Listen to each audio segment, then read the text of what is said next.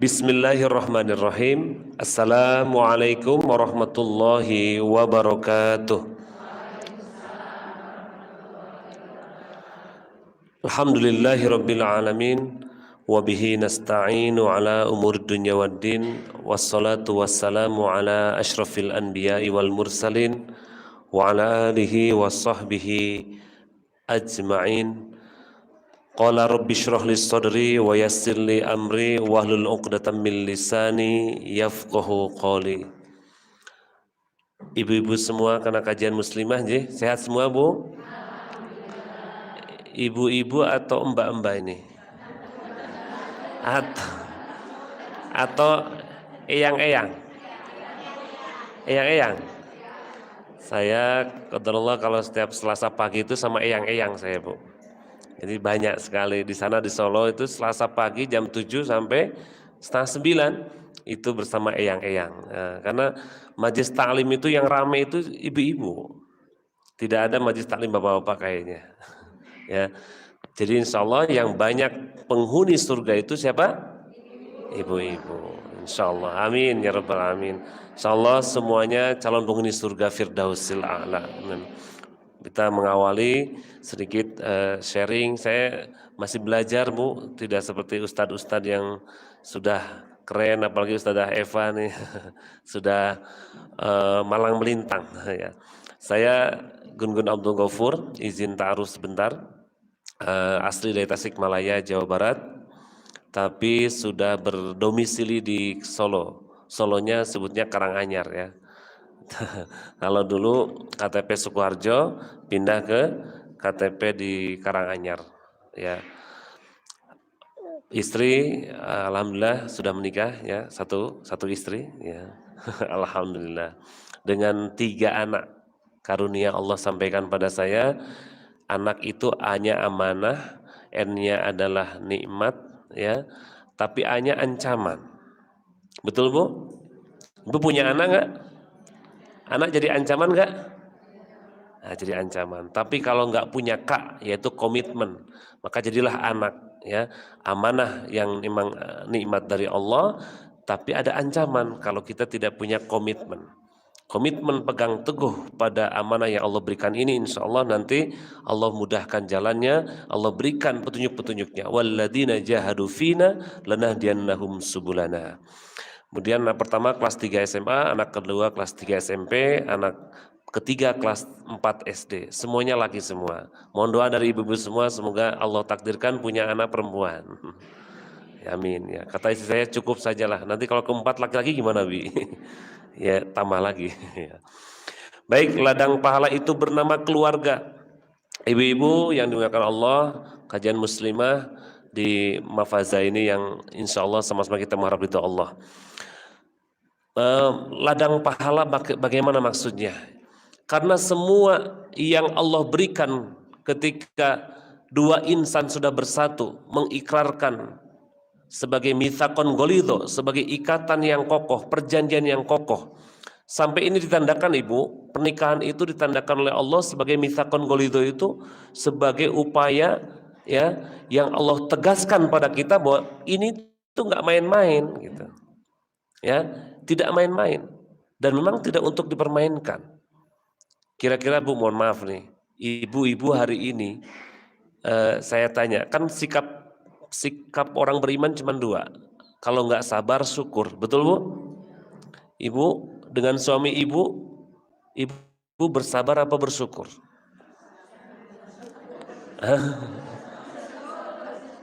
Bersabar apa bersyukur? Udah nikah belum? Sudah? Oh belum nikah, makanya belum tahu ya. Bersabar berarti ya. Sampai ada yang datang yang bersyukur atau bersabar Bu? Umumnya bersyukur. Baik, alhamdulillah. Kalau itu syukur sebagai bagian yang menjadi prioritas dalam hidup ibu-ibu semua, insya Allah Allah lapangkan rezekinya. Karena salah satu penghambat rezeki di rumah tangga itu ternyata kurangnya bersyukur. Itu salah satu penghambat rezeki. Maka diantara kalau kita ada sesuatu yang menghambat rezeki kita, jangan-jangan cek ya, deteksi dini kita ini adalah tentang kesyukuran. Ya, itu yang pertama. Baik, Allah Ta'ala berfirman ketika Allah Ta'ala sampaikan, lanjut, eh, saya juga pakai iPad. Nah, rusak ya filenya ya di situ. Baik. Allah Ta'ala bersampaikan dalam surah An-Nisa ayat 1, ini yang sering dibaca ketika para khatib Jumat.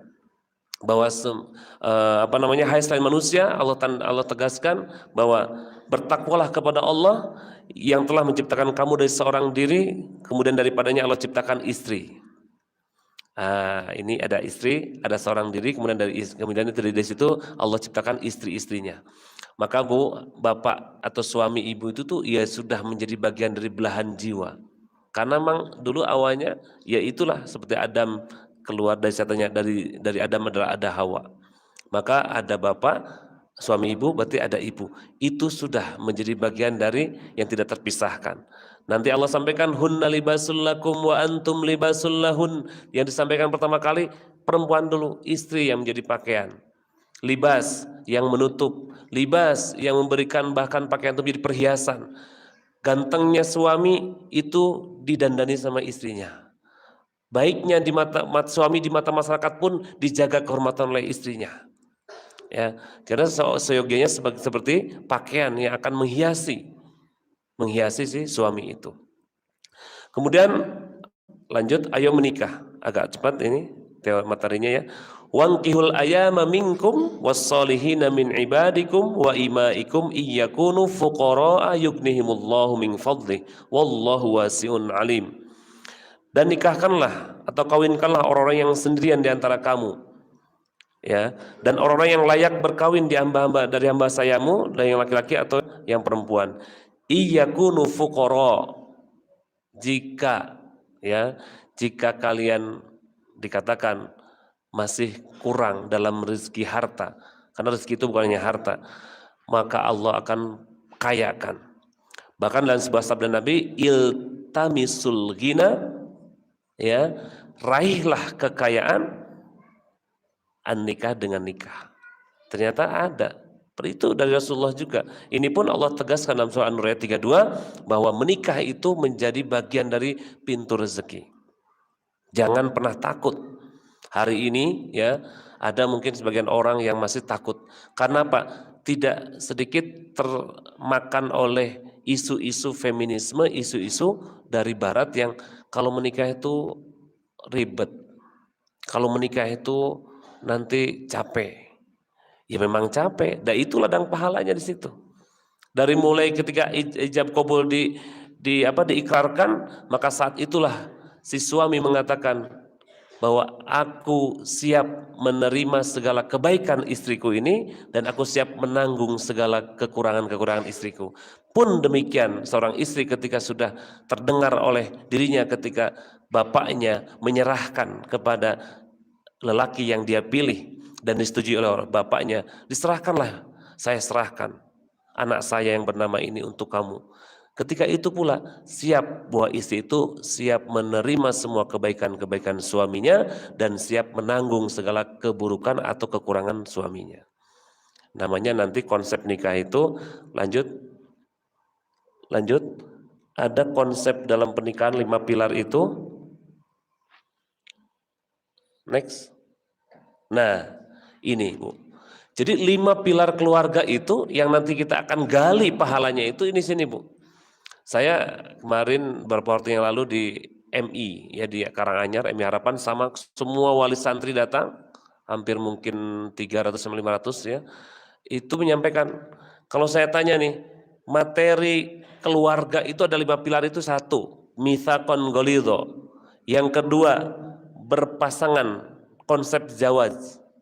Yang ketiga, muasyarah. Muasyarah itu cara bergaul.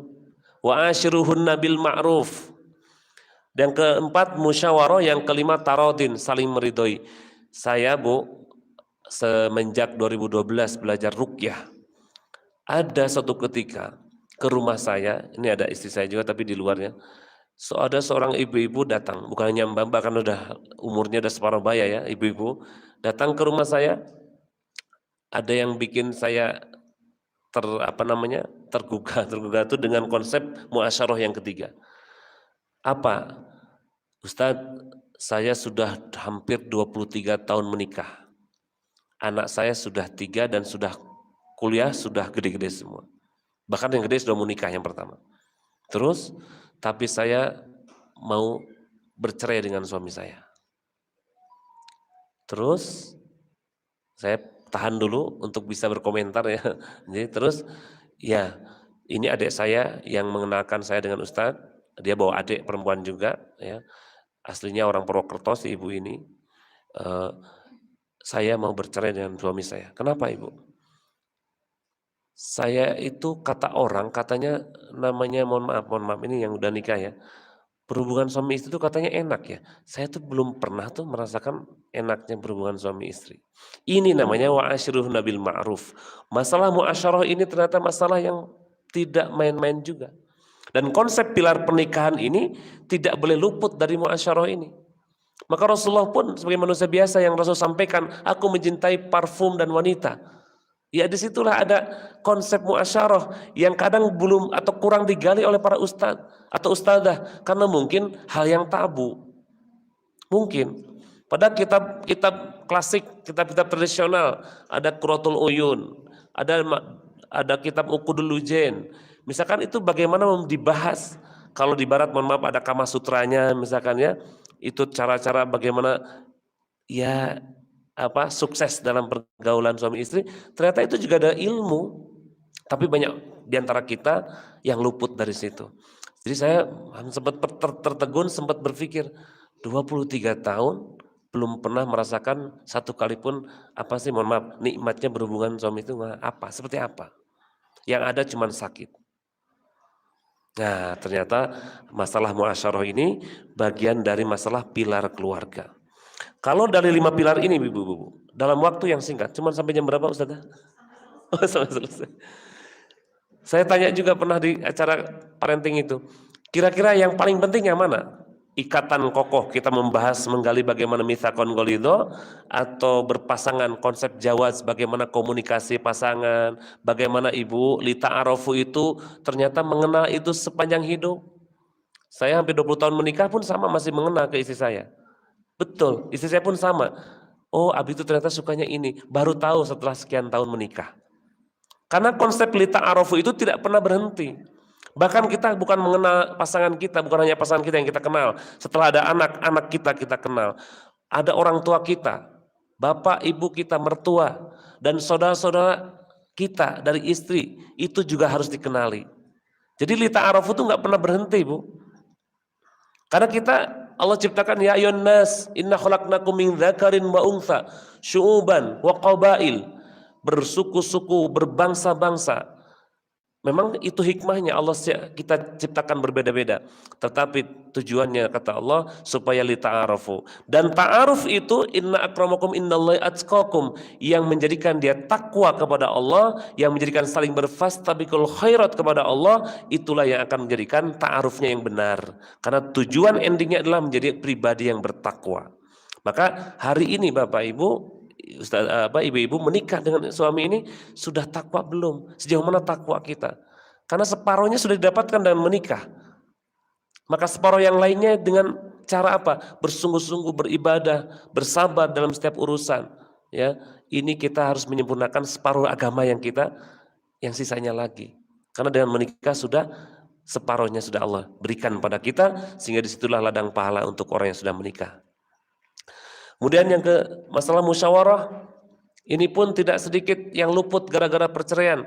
Angka perceraian di Indonesia itu Bu, 463.000 sekian kasus dalam setahun. 2023 dikatakan seperti itu kok dalam BPS.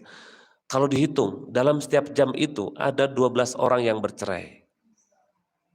Setiap jam. Dan angka tertinggi itu ada di Jawa Barat, provinsi tertinggi perceraian. Yang kedua ada di Jawa Timur, Jawa Tengah yang ketiga. 5 kota besar Jawa Tengah itu yang pertama adalah Cilacap. Ada Banyumas, ada Tegal, Brebes, Pemalang. Pemalang itu istri saya orang Pemalang. Tapi Wonosobo alhamdulillah nggak ada Bu. Alhamdulillah. Berarti tingkat percayanya sedikit ya. Insya Allah sakinah mawaddah warahmah semua di sini. Karena ada pengajian muslimah ini. Insya Allah. Nah, kemudian tarodin, saling meridhoi. Saling meridhoi ini konsep yang juga ya Allah tidak kalah pentingnya. Bahkan ada namanya saya buat RDPC. RDPC itu ruqyah dengan pelukan cinta. RDPC, ruqyah dengan pelukan cinta. Suami istri sering-seringlah mentazkiyah meruqyah dirinya sendiri. Dengan cara apa? Dengan cara memperbanyak menyentuh atau memperbanyak memeluk istrinya, pasangannya. Dengan begitu setan-setan, jin-jin pada lari. Ya, karena apa? Suami istri berpegangan tangan saja, Bu. Masya Allah, dosa-dosa kecil itu berguguran. Tapi niatkan karena Allah. Karena semua niat, semua amal itu tergantung pada niatnya. Maka jika pertama kali menikah tadi, aku niatkan ya Allah, mulai saat ini saya akan menjadi bagian yang tidak terpisahkan dari suami saya, yaitu saya akan berbakti. Ya, kata Ustaz Omar Mita itu, tugas karir tertinggi wanita itu cuma dua. Satu, menjadi istri solehah. Dua, menjadi ibu yang baik. Atau istrinya yang pertama itu menjadikan dirinya dapat tiket surga dengan ridho suami, itu karir tertinggi. Yang kedua adalah mencetak generasi gerobbani, mencetak generasi anak-anak yang soleh-solehah. Itu puncak karir tertinggi seorang wanita. Ketika dapat ridho suami dan ketika mencetak anak-anak yang soleh dan solehah.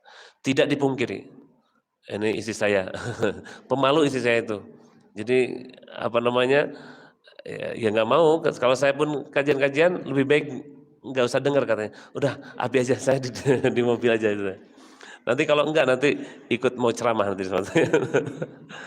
Baik.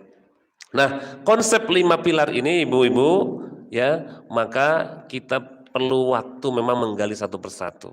Karena berawal dari ikatan yang kokoh, memulai dengan bagaimana konsep berpasangan, di situ ada konsep komunikasi, ya, ada konsep muasyarah, yaitu bagaimana pergaulan, ya, yang mana ada percandaan, maka ada di situ ada namanya pemanasan, muqaddimah dalam muasyarah itu.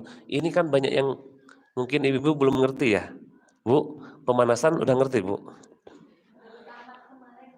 Udah tamat, alhamdulillah, masya Allah. Nah itu kalau ada ustazah kan digali, kalau itu benar-benar muslimah, fikih munakahat, fikih wanita itu benar-benar tanpa batas, tanpa ada penghalang, ya harus sampaikan. Maka itu hikmahnya ketika Rasul menikahi Aisyah radhiyallahu anha, bahwa Aisyah itu seorang yang pintar, yang kelak menjadi para murabiyah atau guru-gurunya para sahabiyahnya Rasulullah. Karena saat itu kalau bertanya langsung ke Rasulullah canggung. Ya, ada seorang sahabat yang suka keluar madhi karena syahwatnya sangat besar. Gimana tuh? Nah, atau juga ada istri-istri yang lain yang sampai ya mohon maaf ya bercerai karena tidak kuat ya melayani suaminya, misalkan. Ini masalah muasyarah. Baik. Yang kelima tarodin. Satu persatu. Next. Mitsaqan ghalidha. Dalam surah An-Nisa, Ibu, ayat 21 Allah sampaikan, A'udzubillahi minasyaitonir rajim. Bagaimana kamu akan mengambilnya kembali padahal sebagian kamu telah bergaul atau bercampur dengan yang lain sebagai suami istri, dan mereka istri-istrimu telah mengambil dari kamu mitsaqan ghalidha, perjanjian yang kuat. Ini ikatan perjanjian yang Allah sampaikan cuma 3 saja dengan kata-kata mitsaqan ghalidha. Sebelumnya dengan Nabi Musa dan Bani Israel ya. Ternyata yang ketiga Allah sebutkan kata-kata mitsaqan ghalidha itu untuk hubungan suami istri. Betapa besarnya, betapa kuatnya hubungan itu. Sehingga tidak ada celah untuk main-main memang. Kata Imam Ahmad, selama kita masih hidup di dunia tidak ada waktu untuk bersantai, Ibu. Ibu setiap harinya adalah bagaimana berpacu dengan waktu, perubahan waktu yang semakin cepat. Dari hari ke hari yang tidak terasa, sudah Sabtu ketemu Sabtu lagi, Jumat ketemu Jumat lagi. Setahun terasa 1 bulan, sebulan terasa 1 minggu, 1 minggu terasa sehari, sehari terasa 1 jam, 1 jam terasa, inilah sekedipan mata, torfuk aini, seperti kedipan mata. Atau ketika pohon batang kurma yang kering itu dilalap api, seret habis. Atau berala itu apa ya? Belara ya. Ya, kalau di Sunda namanya baralak. Di Sunda, orang Sunda namanya baralak. Jadi pohon kelapa yang udah kering gitu, jatuh, ketika kena api langsung habis ya. Serut gitu loh. Kalau kena api itu langsung habis. Inilah waktu yang cepat ini, ibu-ibu, waktu yang cepat berlalu ini memang ciri akhir zaman. Nah, tetapi Allah hadirkan bagi orang yang beriman agar tidak terlewat dengan waktu yang seperti pedang itu, akan menjadi pribadi kuat jika selalu bertambahnya ilmu. Jadi kalau waktu begitu cepat berlalu, tapi kita masih punya mendapatkan ilmu setiap saatnya, insya Allah kita tidak menjadi bagian orang yang dihilangkan keberkahan waktunya. Maka perbanyaklah kajian-kajian itu. Waktu semakin cepat, gak apa-apa, kok udah kajian lagi ya, baru kemarin ya, gak apa-apa. Asalkan tambah ilmu, maka insya Allah waktu yang Allah berikan kepada ibu akan bermanfaat. Ya, karena kalau tidak, kita menjadi pribadi yang rugi. Waktu berlalu tanpa ada tambahan ilmu. Karena kata Imam Nawawi apa? Ketika kita berdoa, Rabbana atina fid dunya hasanah. Saya tanya, itu doa ini sering dibaca ya Bu ya? Sering dibaca ya? Apa artinya? Ya Allah, ya Tuhan kami, mintalah kebaikan Bu, kebaikan dunia itu apa saja?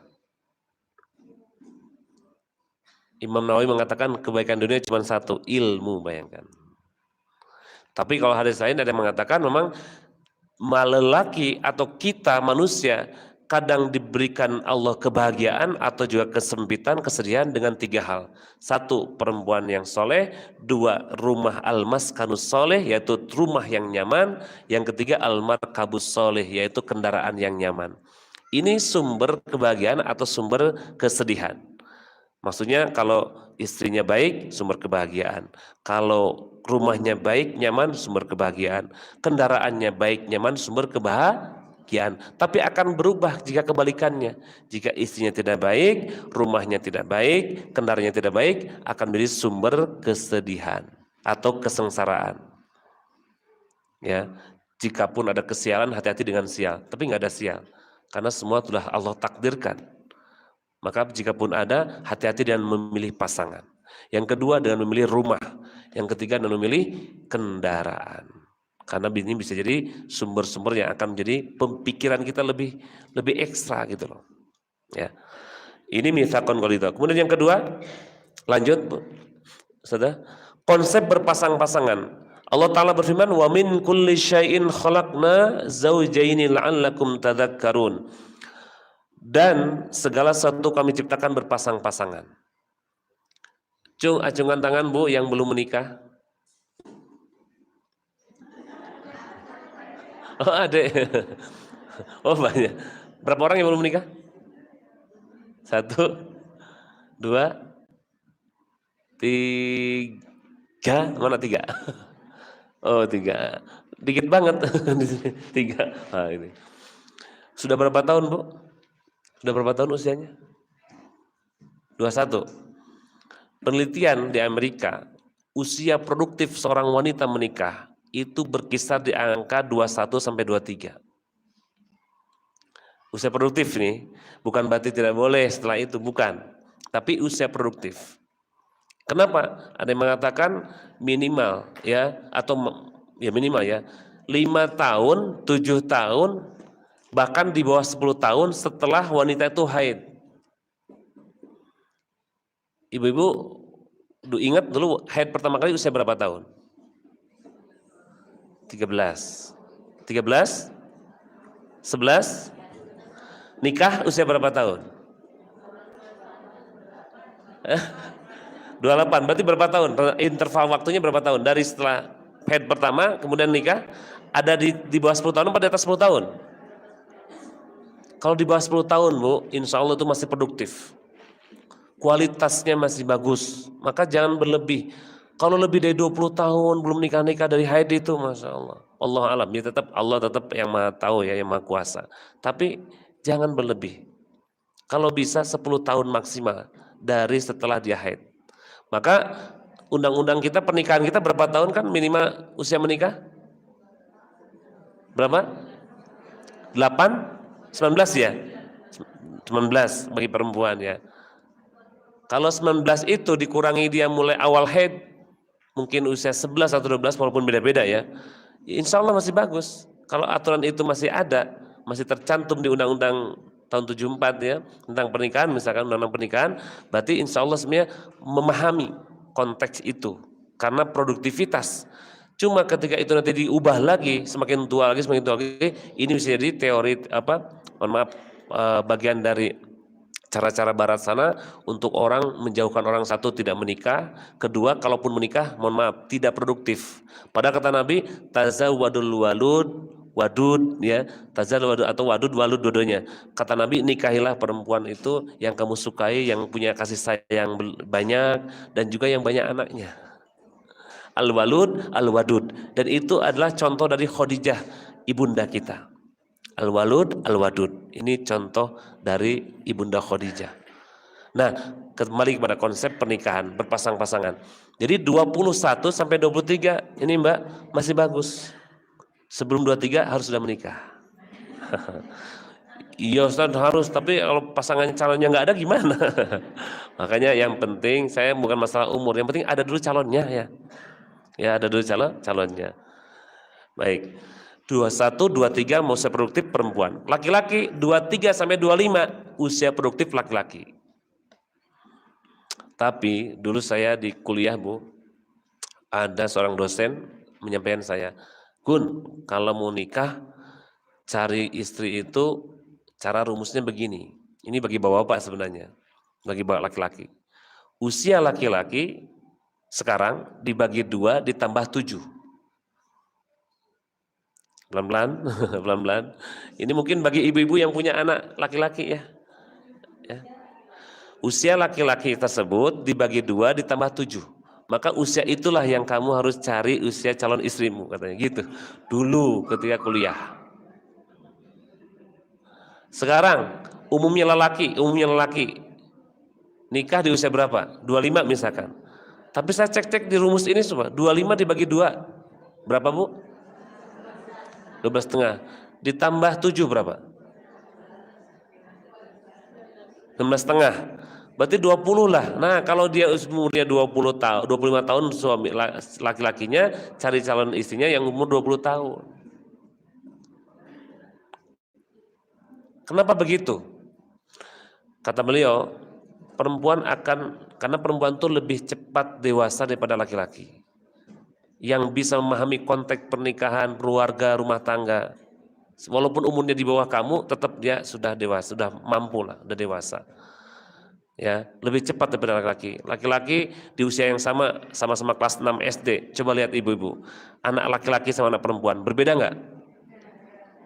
Yang kelas 6 SD, anak perempuan sudah bisa pintar memilih baju yang pas dengan dirinya. Anak laki-laki kelas 6 SD masih main gitu. Masih mobil-mobilan yang dibawa atau pesawat-pesawatan yang dipegang-pegang gini.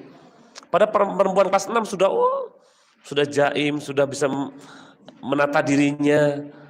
Ya sudah kelihatan dewasa, lebih cepat daripada laki-laki. Ya, lebih cepat.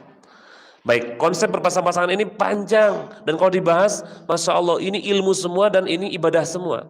Bagaimana pola komunikasi yang harus disiapkan, bagaimana pola-pola dalam berpasangan itu banyak. Ya, saya tanya Bu, yang paling banyak harus minta maaf itu suami atau istri? Yang harus sering minta izin suami atau istri? Yang harus banyak berterima kasih suami atau istri? Kok istri semua jawabannya? Masya Allah, salihah semua ya.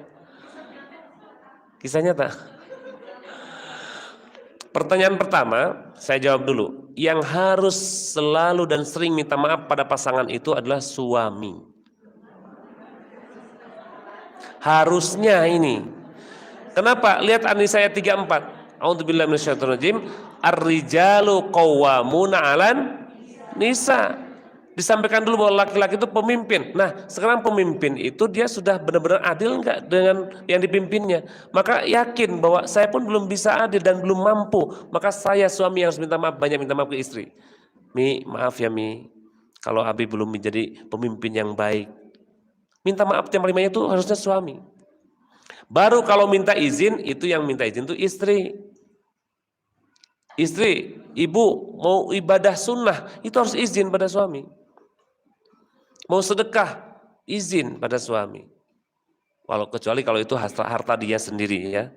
Tapi kalau misalnya di rumah mau sholat, mau bepergian suatu safar, kemudian ada sholat sunnahnya di safar, kan safar memang sebenarnya nggak ada, karena ada rukhsah dari Allah.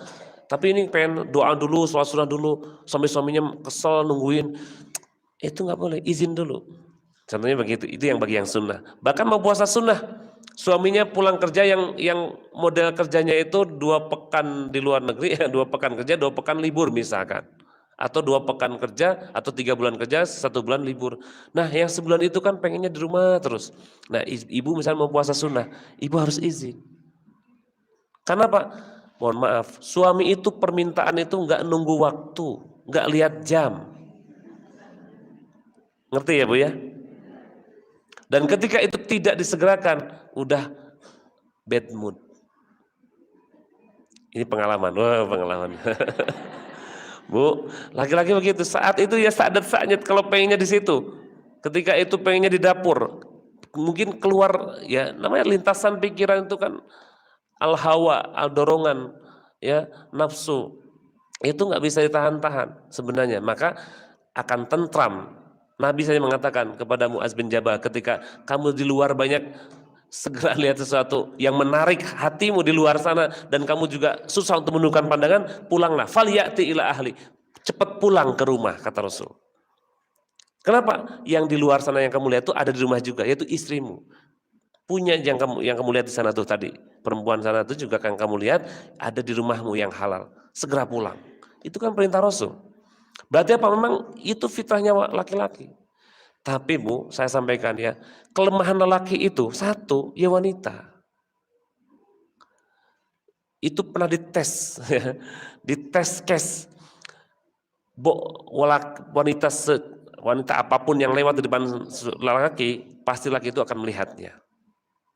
Entah cantik atau tidak, pasti akan dilihatnya. Itulah kelemahan laki-laki. Maka ibu-ibu harus paham. Ya, paham. Ketika suami datang dari kantor, dari kerja, ladang pahalanya apa? Sudah menyiapkan diri. Menyiapkan diri apa, Ustadz? Apapun. Maka saya tadi cerita dengerin Ustadz Safik ya. Kenapa sih bapak-bapak tuh sering sukanya nongkrong di kafe atau nongkrong di warung, katanya, kenapa? Karena di warung itu nggak pernah ditanya dari mana.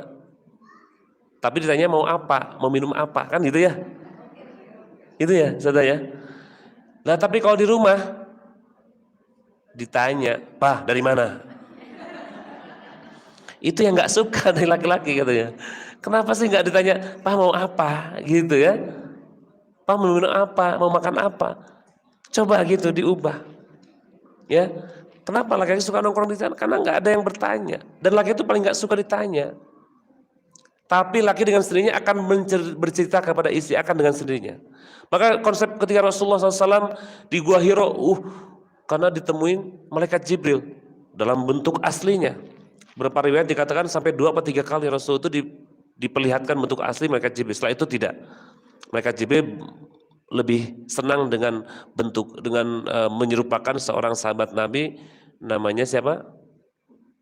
Saya lupa namanya ya, yang di orang Madinah yang ganteng. Kok saya lupa namanya ya. Tadi udah keinget ya, itu sudah menyerupakan sosok laki itu karena ganteng, baik, seterusnya seperti itu. Tapi pernah malaikat Jibril dalam bentuk aslinya menyerupakan kepada Nabi Muhammad. Nabi Muhammad kan kaget, siapa? Sampai dipeluk, sampai Nabi terengah-engah, Allah alam. Kemudian pulang ke rumah kan takut. Bentukan nur dari nur cahaya malaikat itu dari cahaya. Ya. Besarnya ketika lihat dari timur ke barat menutupi semua. Malaikat Jibril sangat besarnya, berapa ratus sayapnya. Nah, pulang ke rumah kan dengan ketakutan. Menggigil. Keringat dingin, keringat besar kecilnya keluar mungkin sekarang ya, karena saya persepsikan orang yang sedang takut itu kan seperti itu. Datang ke rumahnya, Siti Khadijahnya tidak bertanya kenapa. Makanya ibu-ibu tahan untuk selalu bertanya kepada suami kenapa. Mas kenapa? Dari mana? Nggak usah dulu. Biarkan suami kalau sudah longgar dia akan menceritakan kepada istri tanpa ditanya. Tanpa ditanya akan dia ceritakan. Tapi apa yang dilakukan? Langsung zalimuni. Kata Rasulullah pun memang perintah. Zalimuni, selimutilah aku, selimuti aku. Selimuti ini bisa jadi bahasa kiasan. Memang tolong ya naungi aku, lindungi aku. Jadi Pak, ibu-ibu, kalau bapak pulang kerja itu butuh itu, zalimuni, selimuti, selimuti, selimuti. Gak usah banyak tanya, tapi banyak dengan gerakan. Gak usah ngomong ibu, oh ya, cukup begitu.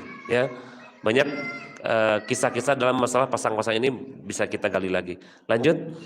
Kemudian konsep mu'asyarah bil ma'ruf wa asyruhunna bil ma'ruf, ini konsep pergaulan dengan baik. Ya, dikatakan istri itu seperti ladang tanaman, mohon maaf. Dari arah mana apa saja kamu, kalau itu patut, ya, asalkan pada kondisi yang tidak dari sesuatu yang dilarang dan pada kondisi yang dilarang. Satu ketika Aisyah pernah ditanya, ketika Aisyah sedang haid atau ketika sedang haid itu bagaimana Rasulullah, mohon maaf, tetap Rasulullah mendatangiku, kata Aisyah. Asalkan tidak dalam jimanya, tapi semua di lain itu boleh. Berarti apa? Ini konsep juga muasyarah, pergaulan. Nah, kadang-kadang mohon maaf ibu-ibu, kita umumnya, saya pun punya banyak teman laki-laki, kalau sudah haid itu istrinya kayaknya sudah benar-benar off dan menjauhi betul istrinya. Betul nggak? Dijauhi itu selama 7 hari itu. Akhirnya apa? Mohon maaf ibu-ibu ini jablay, jarang dibelai. Ya Bu, benar nggak Bu? Padahal di saat itu saat-saat yang sedang emosinya naik turun karena keluar darah itu kan nggak enak, nggak nyaman. Betul Bu? Sakit Bu? Ada yang sakit? Masih sakit terus? Keluar darah itu sakit gitu. Atau sebelumnya ada beberapa hari yang menyertakan sebelum keluar darah sebelum haid itu sakit greges, panas dingin, kemudian batuk-batuk radang, bisa jadi. Hormonal, psikis juga, dari hormonal kemudian psikis. Capek, sakit, wah sensitif sekali saat itu. Seperti induk ayam, ya. Sekali apa? Jadi kayak jadi macan semua. Ya. Kalau enggak langsung meninggi suaranya. Padahal ya itu kadang satu sisi harus kita pahami juga sebagai seorang suami ya. Ya. Namanya muasyarah. Muasyarah bil ma'ruf ini, waduh konteksnya dalam Bu. Tapi alhamdulillah kata Ustazah Eva katanya sudah pernah dikaji. Ya, sudah pernah dikaji. Apa judulnya? Masya Allah, hubungan intim kontemporer. Ada Bu, bahkan gerakan semua itu ada juga dalam kaidah dan bahasa. Dalam agama kita sudah selesai, ilmu itu semua sudah ada, sudah Allah turunkan semua. Jadi kenapa saat ini orang barat kok seolah punya peran di situ ya. Kita pun punya sebenarnya ilmu itu. Karena itu memang ilmu ya. Kalau dalam psikologi Sigmund Freud mengatakan bahwa kualitas, mohon maaf, sesuatu yang berkaitan dengan seksual itu menentukan betul kepribadian seorang. Tapi kita tidak sampai begitu, ya tidak apa-apa melulu dengan seksual enggak. Tapi itu bagian dari kebutuhan. Ya, lanjut. Kemudian musyawarah. Wasyawirhum fil amri, ini menjadi bagian yang juga tidak bisa dipisahkan. Ketika suami istri, ibu pahami dulu. Tugas suami, tugas bapak itu 3, kata Umar bin Khattab. Yang pertama, menjadikan istrinya solehah, itu tugas bapak, tugas suami. Ibu ketika mau kajian, izin nggak sama suami? Mengizinkan, mengikrarkan, ya dek, ya mi, ya ma, ya bu, supaya ibu yuk jadi ibu yang istri yang solehah. Ya silahkan pengajian. Bapak ridho, dunia akhirat menyetujui. Nah tugas laki-laki, tugas suami menjadikan istrinya baik, menjadikan ibu yang baik bagi anak-anaknya. Yang kedua, memberi nama yang baik pada anaknya. Kalau anak kita belum baik, Rasulullah pun menyampaikan boleh mengganti nama. Yang ketiga, mengajari Al-Quran. Tugas bapak itu mengajari Al-Quran. Tugas ibu sering-sering membaca Quran. Bedakan. Jadi kalau anak melihat di rumah, pulang sekolah, mau berangkat sekolah, bangun tidur, mau tidur, ibunya tuh pegang mushaf terus. Ini yang terbaik. Seorang ulama namanya Muhammad Jamal di Mekah, saya pernah ketemu 2008 ketika petugas haji ibu. Beliau sampaikan, Saya, kata beliau asli orang Arab, hafid dengan izin Allah ya, dengan kehendak Allah, hafid Quran saya ini kemudian dengan berbagai macam cara dari ibunya. Ibunya nggak hafidhoh, enggak. Tapi ibunya yang punya target, yang punya disiplin waktu tentang anaknya supaya hafid, di usia 7 tahun sudah hafal Quran. Itu kata beliau. Ya, dia imam masjid di daerah Batha Quraisy di daerah Mekah. Ya. Jadi ini masalah hal yang terkait dengan musyawarah. Boleh nama itu walaupun urusan bapak, tapi ibu boleh usul, namanya musyawarah. Pun demikian dalam urusan yang lain. Ya, nanti ada buku yang saya bawa bagaimana itu karangan Ustadz Abdul Twasikal semua bukunya. Ya, saya dikasih sama beliau waktu ada parenting di Solo, untuk buat antum ketika ngisi kajian buat hadiah-hadiah katanya. Ya, alhamdulillah ada berapa sih teman saya ambil contohnya 3 itu. Nanti ibu yang bisa menjawab pertanyaan bisa dapat bukunya ya. Kemudian yang terakhir yang kelima, tarodin, yaitu saling ridho.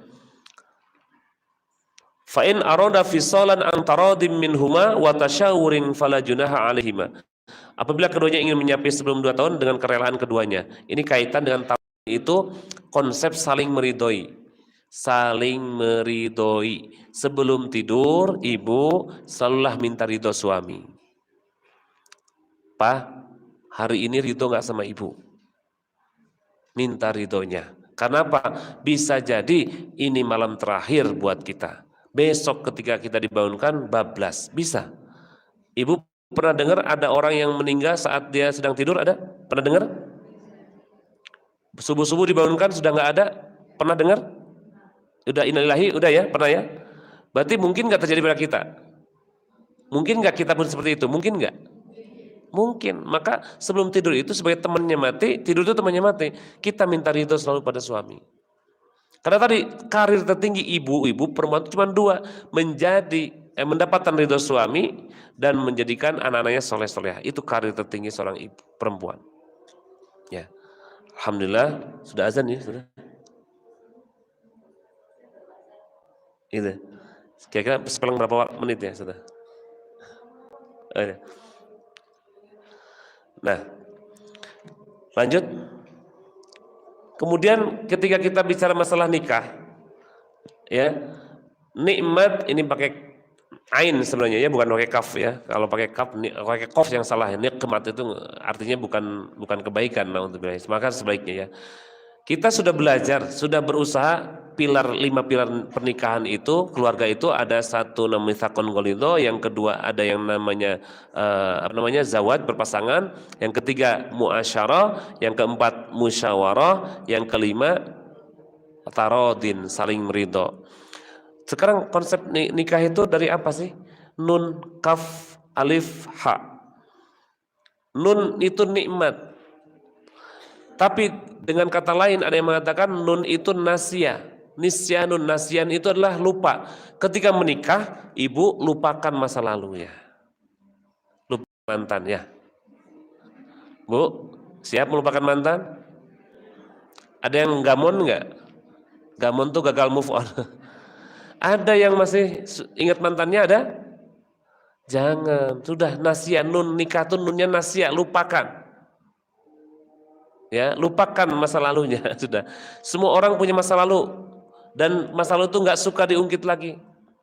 Kata Dr. Aidil Al-Qarni mengatakan hari kemarin itu sudah sejarah, sudah berlalu dan sudah terkubur dalam-dalam. Jangan kau ungkit lagi, jangan kau hidupkan lagi, jangan kau gali lagi. Dan hari esok pun belum tentu hadir untuk kamu. Jangan kau risaukan, jangan kau khawatirkan. Karena ada penyakit hamun, penyakit khawatir. GG, bahasa Jawanya gitu ya Bu ya. GG itu apa? Jangan-jangan. Itu kekhawatiran, itu hamun. Kata Dr. Aidil Al-Qarni nggak boleh, ini penyakit manusia itu. Maka ada 8 penyakit manusia yang kita selalu doa di pagi, zikir pagi dan sore. Allahumma inni a'udzubika minal hammi wal hazan. 2. Dari kekhawatiran dan kesedihan. Kekhawatiran itu kepada sesuatu yang belum terjadi. Dan kesedihan itu kepada sesuatu yang sudah terjadi. Dia sedih terus. Kok bisa aku begitu ya? Kok bisa dia rambutnya digini-gini, nggak mau makan, bajunya disobek-sobek, nggak boleh. Al-hazan di situ. Al-hammun, dia overthinking, kekhawatirannya sangat tinggi, belum apa-apa udah dikhawatirkan. Ya hati-hati, kata Rasulullah bahwa Allah sudah persangkaan hambanya. Sekarang yang kita persangkakan itu akan terjadi, ya terjadi. Kenapa? Karena kita doakan. Maka hari ini Bu, ya Allah, saya pun belum bisa ya namanya sebagai orang tua, naudzubillah, banyak kekurangannya. Tapi ketika kita sampaikan ke anak kita, persangkaan kita kepada anak kita itu akan terjadi Bu, hati-hati. Anak saya begini. Segera jika ada kilatan, ada terlintas pikiran negatif, segera naudzubillah atau tiup ke sebelah kiri 3 kali, karena itu dari setan.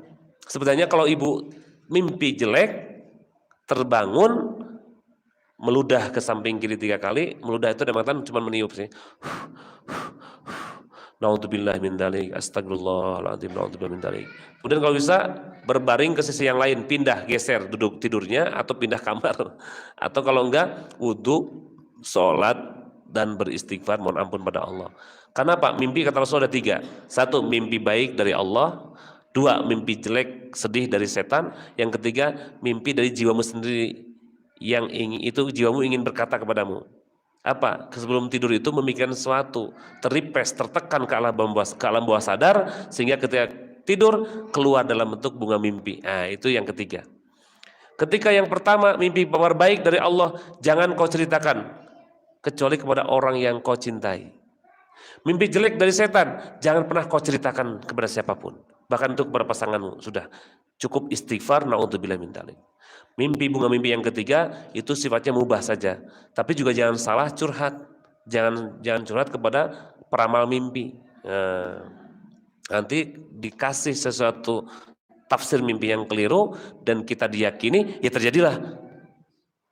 Ya, karena hadisnya memang seperti itu. Jika itu dipersangkakan, diyakini, ya terjadi. Allah berikan juga ya kepada persangkaan kita itu. Baik.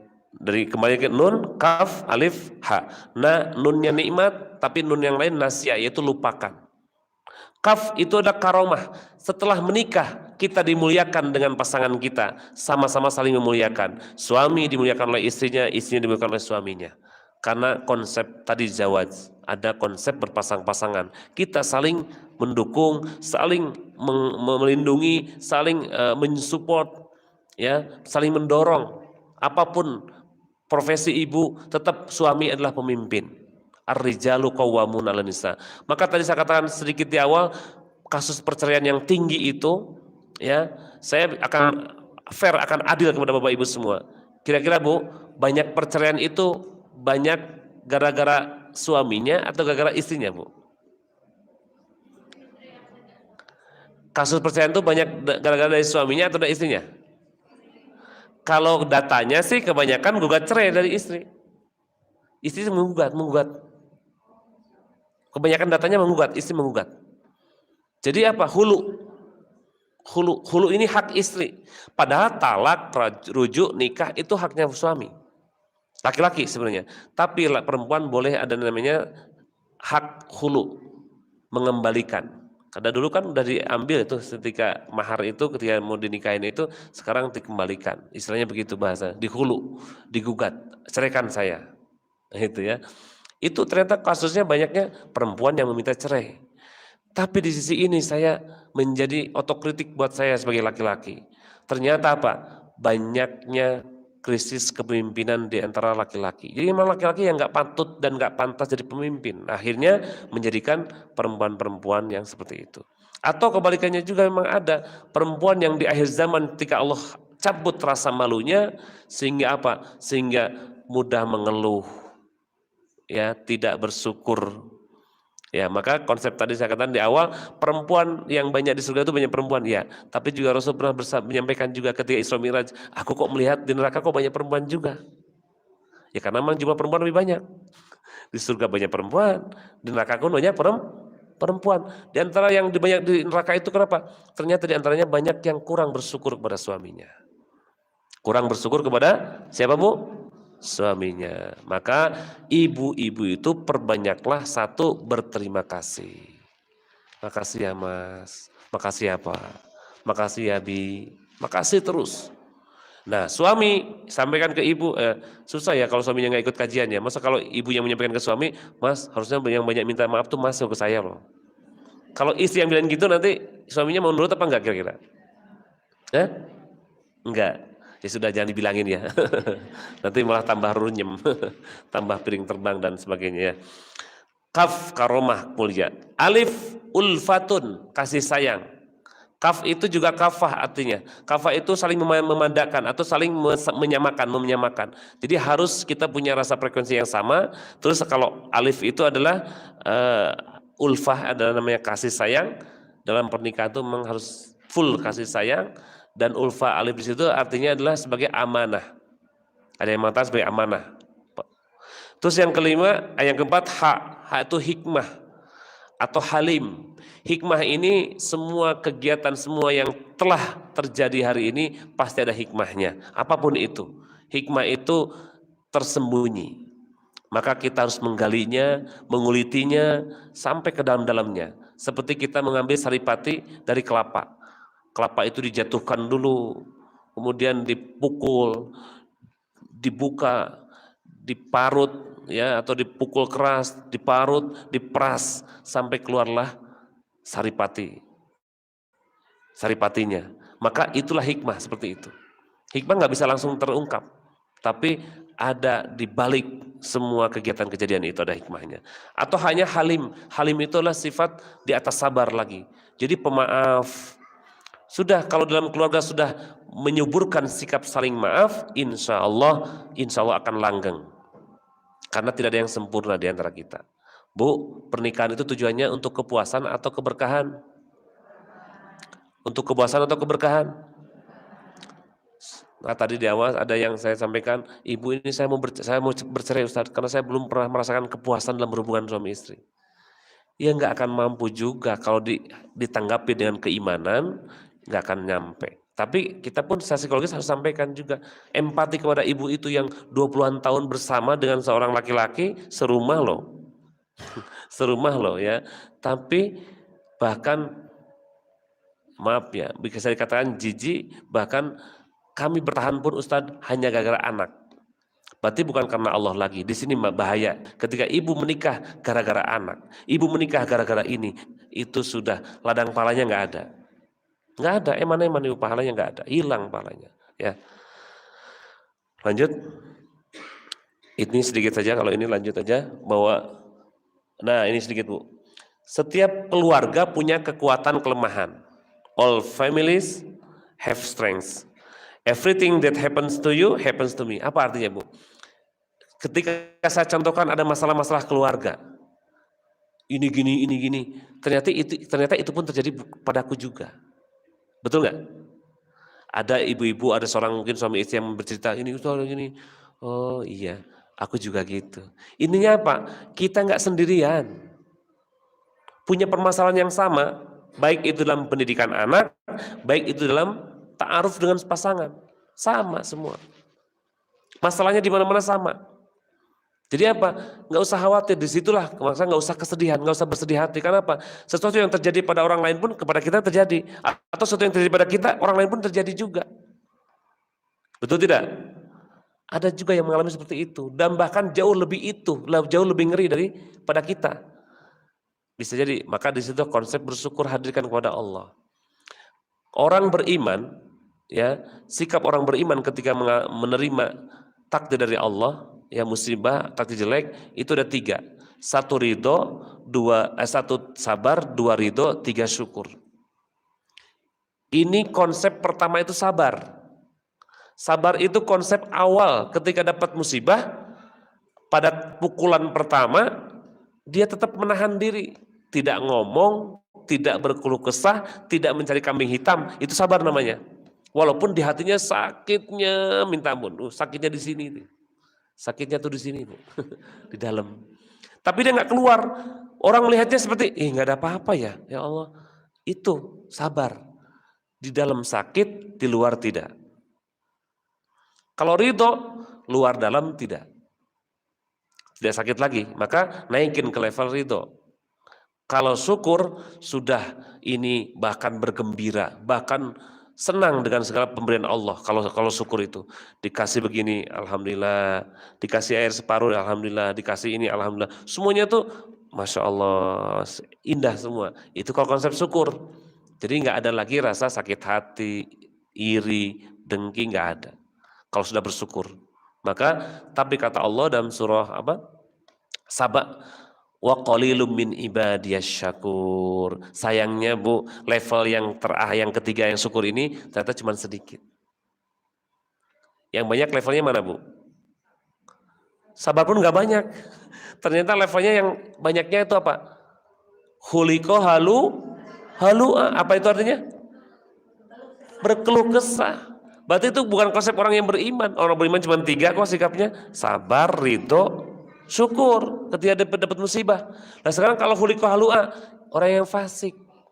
Berarti kalau kita masih begitu, ya Allah, berarti iman kita masih dipertanyakan. Kita tuh masih fasik gitu. Karena apa? Karena ketika dapat musibah, kita mengeluh, berkeluh kesah. Ya gitu, konsepnya berarti kita dipertanyakan keimanan kita. Kalau orang beriman 3, sabar, ridho, syukur. Ya, sabar apa? Tarkus syakwa li ghairillah, kata para ulama.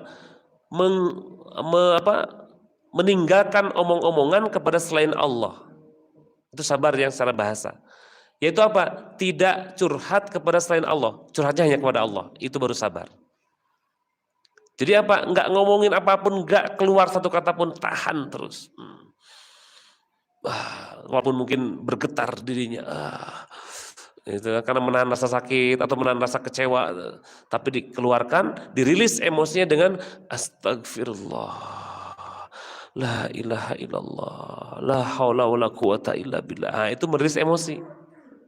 Ini rilis emosi kekecewaan kita dengan istighfar atau kalimat hauqalah, yaitu la haula wala quwata illa billah. Ibu kalau punya banyak masalah baca itu, la haula wala quwata illa billah. La haula wala quwata illa billah. Atau kemudian ada doa yang bagus dari saya dikirimi istri saya nih. Ketika kita punya masalah, Syekh Bandar Balila, seorang imam masjid di Masjidil Haram, menyampaikan doa ini Bu. Bagus nih Bu doanya Bu. Tapi bisa dihafalkan nggak ya dalam waktu singkat Bu? Bisa hafal nggak dalam waktu singkat? Nih. Allahumma.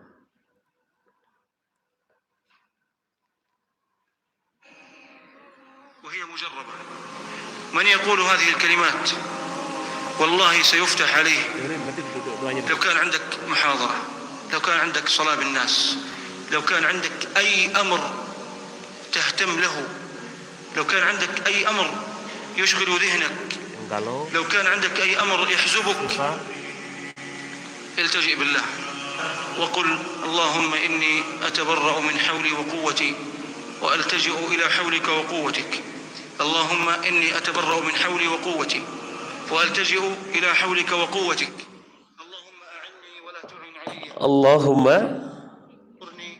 Allahumma inni atabarra'u min haulika. Allahumma inni atabarra'u min haulika.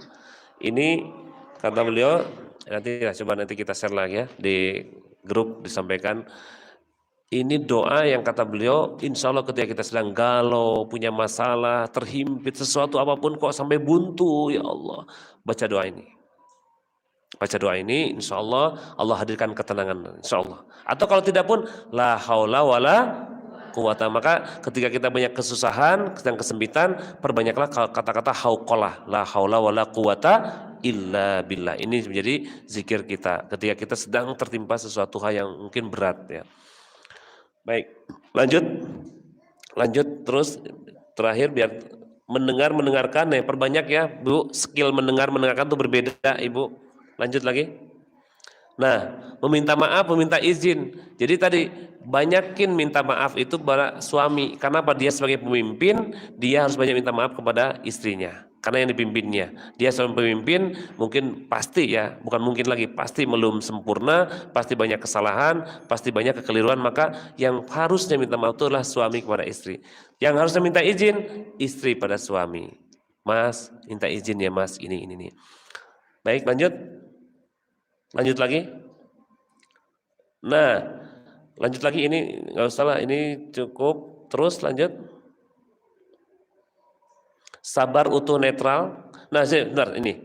Bu, ketika ibu berbicara sesuatu hal dari A sampai Z, sebenarnya Bu, ibu tuh berbicara, sebenarnya kata kuncinya itu sedikit. Sebenarnya kata kuncinya itu cuma 1, 2, 3 aja.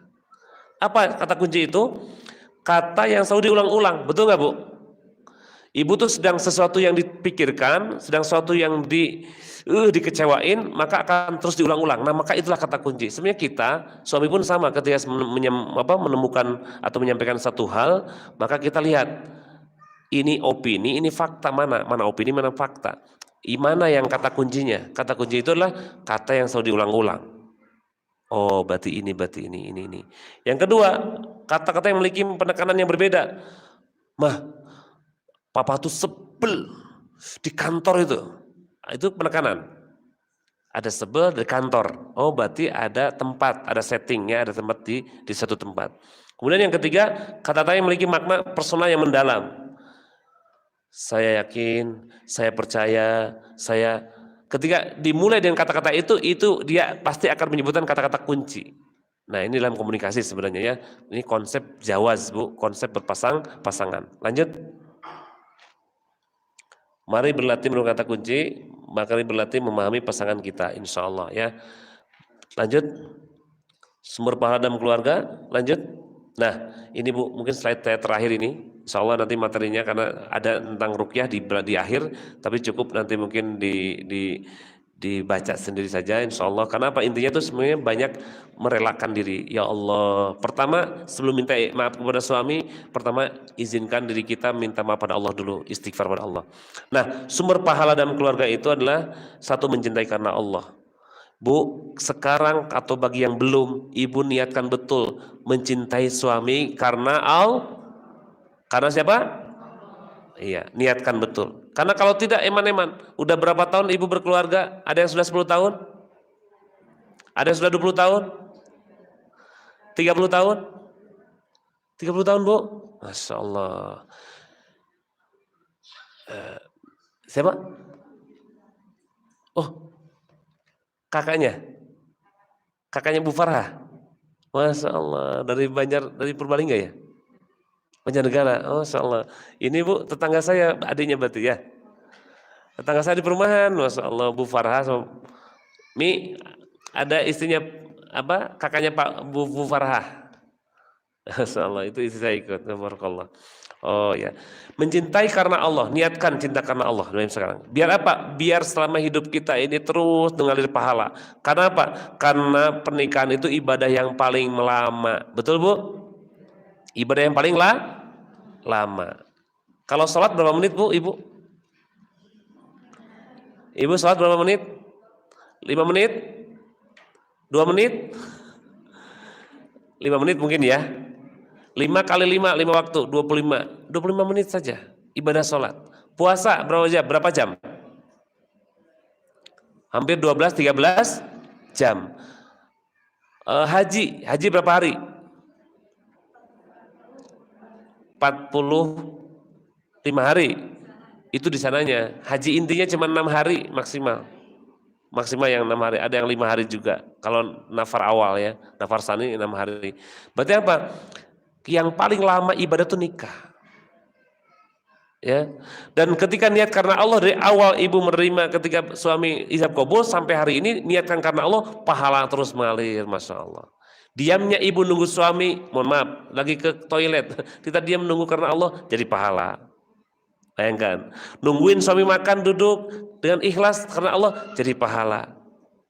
Dia nungguin apalagi ngerawat suami yang sedang sakit, pahalanya mengalir banyak banget, udah gak terhitung. Maka niatkan karena Allah yang pertama. Yang kedua, bagi seorang laki-laki pasti memberi nafkah. Itu juga adalah menjadi ladang pahala yang sedemikian rupa besarnya.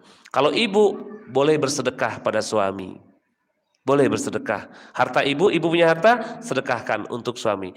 Dulu istrinya Ibnu Mas'ud, Abdullah bin Mas'ud, istrinya itu orang kaya, namanya Zainab. Orang kaya banget. Sampai Ibnu Mas'ud itu orang yang miskin. Nah, istrinya bilang, ini aku punya banyak perhiasan. Mau dikasihkan ke siapa nih? Ke orang lain atau ke kamu, ke keluargamu? Tanyakan kepada Rasulullah. Hanya ditanyakanlah kepada Rasulullah, ditanyakan bahwa Rasulullah, sedekahmu untuk keluargamu itu jauh lebih baik, berpahala berkelipat-lipat ganda daripada kepada orang lain. Maka berikanlah, ya udah kalau gitu aku serahkan kepada kamu. Jadi emasnya banyak, hartanya Zainab istrinya Abdullah bin Mas'ud. Abdullah bin Mas'udnya orang yang sederhana, bahkan dikatakan miskin. Tapi Masya Allah ketika baca Quran, Nabi sampai menangis. Abdullah bin Mas'ud itu banyak riwayat-riwayat Quran kiro mesti sanadnya ke Abdullah bin Mas'ud atau ke Urwah, Masya Allah ya. Lanjut yang ketiga, ibadah yang mulia. Karena tadi ada karomah, ada kafnya dalam huruf nikah itu karomah kemuliaan. Ibadah yang mulia. Banyak sekali yang Allah sampaikan tentang masalah kualitas ibadah yang sudah menikah sama yang tidak menikah itu berbeda. Maka di sinilah sumber ladang pahala. Yang keempat, menggembirakan pasangan. Bu, niatnya ibu karena Allah untuk suami senang. Idza nadhara sarratha ilaiha. Ketika suami melihat kita, suami itu senang. Maka kalau gitu gimana caranya biar suami senang? Tanya, Mas, emang kalau Mas senang saya itu pas apa? Pernah nanya gitu nggak? Saya pernah nanya istri saya, Umi itu habis suka kalau pas Umi pakai kerudung ini, sampaikan. Sampai biar apa? Biar ibu pun melakukan itu. Ketika dia dilihat suaminya senang kan, itu bagian dari ciri istri yang soleha. Itu memang secara nampak di mata yang ketika melihat menyenangkan. Tapi bagian dari psikologisnya itu, ibu itu tidak jadi pikiran suami gitu loh Bu. Yang menyenangkan terus. Jadi bahkan menjadi enteng, menjadi problem solving, menjadi solusi. Ketika lihat istri di rumah hilang masalahnya insya Allah. Kenapa? Karena istri menjadi problem solving, menjadi solusi, bukan malah trouble maker, bukan pembuat onar, pembuat masalah. Ketemu istri, lihat istri tambah masalahnya, bahaya ini. Ya. Yang kelima, berhias untuk pasangan. Ibnu Abbas salah satu sahabat Nabi yang suka berhias di depan istrinya. Bukan hanya istri yang pada suami, tapi juga suami kepada istri. Bu, ibu-ibu lihat kalau lihat suami rapi ganteng seneng nggak? Kalau seneng ya didandanin Bu. Kalau sebelum keluar itu dirampini rapi nggak, Pak? Bajunya yang ini Pak, ini siapkan, cepat siapkan terus. Ini pantasnya ini, karena laki-laki kadang nggak sampai berpikir ke situ. Pokoknya celana baju pakai aja. Saya tuh mohon maaf, ini juga pakaian, pakai celana ini bagus apa enggak? Saya pengen sebenarnya pakai celana yang abu-abu. Saya sebenarnya, tak sih jangan yang ini aja. Nah, itu contohnya. Biar apa? Kita pun ingin berhias di depan pasangan. Ini boleh suami istri, ya, berhias. Kemudian yang keenam, bersedekah itu ladang pahala terbesar, terbanyak dan potensinya sangat luas. Dan yang terakhir, pahala mendidik anak. Anak tadi di awal saya katakan A-nya apa Bu? Amanah. N-nya nikmat. A-nya awas, ada ancaman. K-nya kalau nggak punya komitmen, anak jadi ancaman, bahkan jadi musuh di hari kiamat. Naudzubillah min dzalik. Semoga kita dijauhkan dari ancaman dari anak kita sendiri. Bahkan kita disampaikan oleh Allah, udkhulul jannah, masuklah kamu ke dalam surga, antum wa azwajuhum tuhbarun. Dalam surah Az-Zuhruf dikatakan bahwa Allah memerintahkan kita untuk masuk surga bersama istri kita dan bersama anak-anak kita. Jannatu adnin yadkhulunaha wa man shalaha min abaihim wa azwajihim wa dzurriyyatihim. Ar-Ra'd ayat 23 Allah sampaikan bahwa surga Aden itu akan Allah masukkan dari orang-orang soleh, dari bapak, ibu, istri, anak-anaknya, keturunannya, semua sak keturunan. Menjadi zumara, menjadi rombongan yang akan masuk surga bareng-bareng. Plung, semuanya bareng masuk surga. Insya Allah ibu-ibu kita akan bereuni di surganya Allah. Insya Allah suatu saat kita akan kumpul lagi, bertemu lagi di surga Firdausil A'la Allah. Amin ya rabbal alamin. Mungkin itu yang bisa saya sampaikan. pasti banyak kekurangannya. Mohon maaf tadi keterlambatan waktu dan ini sudah melewati asar, saya mohon maaf, tapi saya izin sudah di jamaah qashar ya. Jadi mohon maaf ya, beristighfar pada Allah atas waktu sholat yang terlewatkan, dan semoga ini menjadi bagian dari pengingat buat saya pribadi. Menyampaikan materi-materi ini adalah saya pun sedang belajar menata diri dan menata keluarga. Saya belum bisa. Semoga dengan menyampaikan sedikit demi sedikit ini, saya pun Allah berikan hidayah taufik untuk bisa menjaga dan menjadikan keluarga yang sakinah, mawaddah, warahmah. Amin, amin ya rabbal alamin. Untuk 3 buku itu monggo tafadhol, terserah panitia mungkin dijadikan hadiah seperti apa. Mudah-mudahan bisa bermanfaat untuk ibu-ibu semua. Kita tutup dan doa kafatul majlis. Alhamdulillah, subhanakallahumma wa bihamdika asyhadu an la ilaha illa anta astaghfiruka wa atubu ilaik. Sekian dari saya. Akhirul kalam. Assalamualaikum warahmatullahi wabarakatuh.